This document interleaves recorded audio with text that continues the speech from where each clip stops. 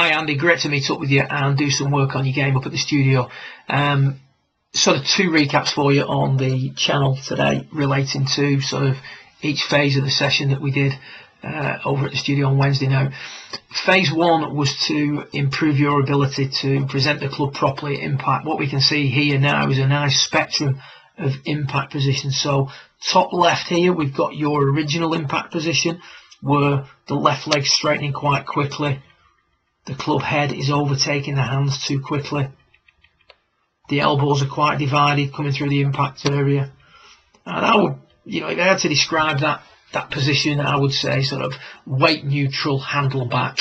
That's how your impact position looks at the start of the session. Down here on the bottom left is your impact position midway through the session, where the weight is much more into the ground. You can see there's more flex in the left knee. So that's a sign that the weight is more forward. The handle is leaning forward slightly more and is more advanced. It's hitting your sort of target side of the belt buckle, whereas at the start of the session the handle location at impact was away from the target side of the belt buckle, if you will. Arms starting to straighten out a little bit more in the through swing as well. The main thing is that the weight is further forward and the handle is further forward. So how do we achieve this? Well, the first thing we did was we looked at you doing the drill. So the drill that you've been doing was with the weight forward and the handle forward, trying to exaggerate both and then try and maintain that position. The first thing we pointed out was that the weight isn't actually that far forward, and what you've done is you've moved the upper centre forward. I'll just change colours, you're in a red top, put in 1 second.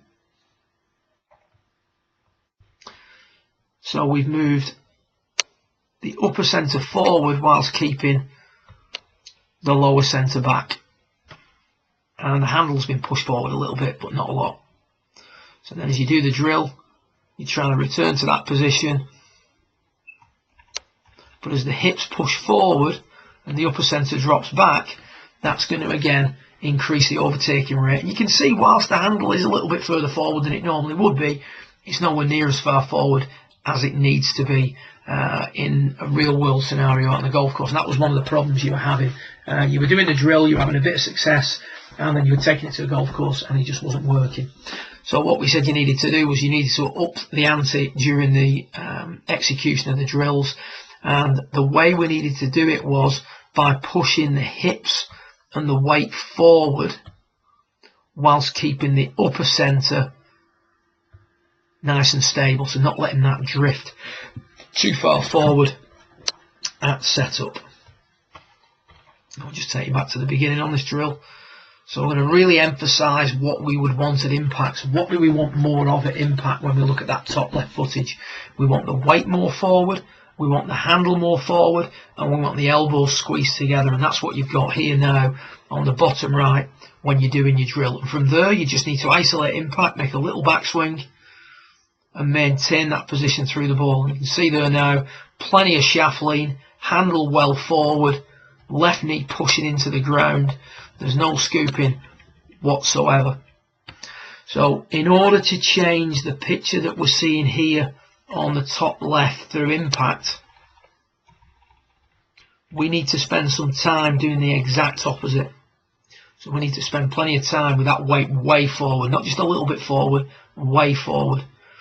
Presetting like a really exaggerated impact position with the weight and the handle away forward, and then just chip balls forward. If you do that into a net, it's a great practice, great warm-up routine for you. And you can see the sort of the club there being pushed into the ground. You can see the bowing on the shaft as you come through impact, as the club drives into the ground, starting to trap the balls more. And the result of that, after about 30 minutes, was a change of location of the body weight. So there's much more pushing into the ground with that left knee, hips moving forward for longer, and more descent on the goal shots as you come through. Much more down and forward at impact. So great work on that. That's the way you need to do the drill. So the footage that you're seeing here on the main screen is the way that you should be practicing this exercise and try and refine it as much as you can. As he explained on the day when I first started demonstrating this, I was dreadful. 2 or 3 years in, I'm much better at demonstrating this than I ever was. You know, it breaks down a little bit there through the ball. This was early in the piece. Certainly towards the end of your session, you were becoming much better at doing this drill. And if you want to see someone demonstrating this drill really, really well, if you go onto YouTube and look up Nick Clearwater, and he does a beautiful demonstration of this drill.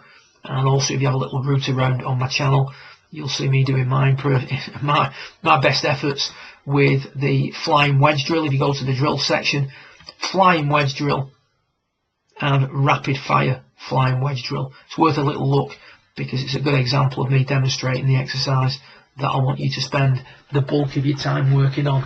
And we've got the other recap coming up shortly, which is phase 2, which was tidying up the position at the top at P4, top of the backswing in relation to the right elbow. But if you had to improve one piece and nothing else, improve that. Great work, and look forward to taking things further in the coming months. Well done.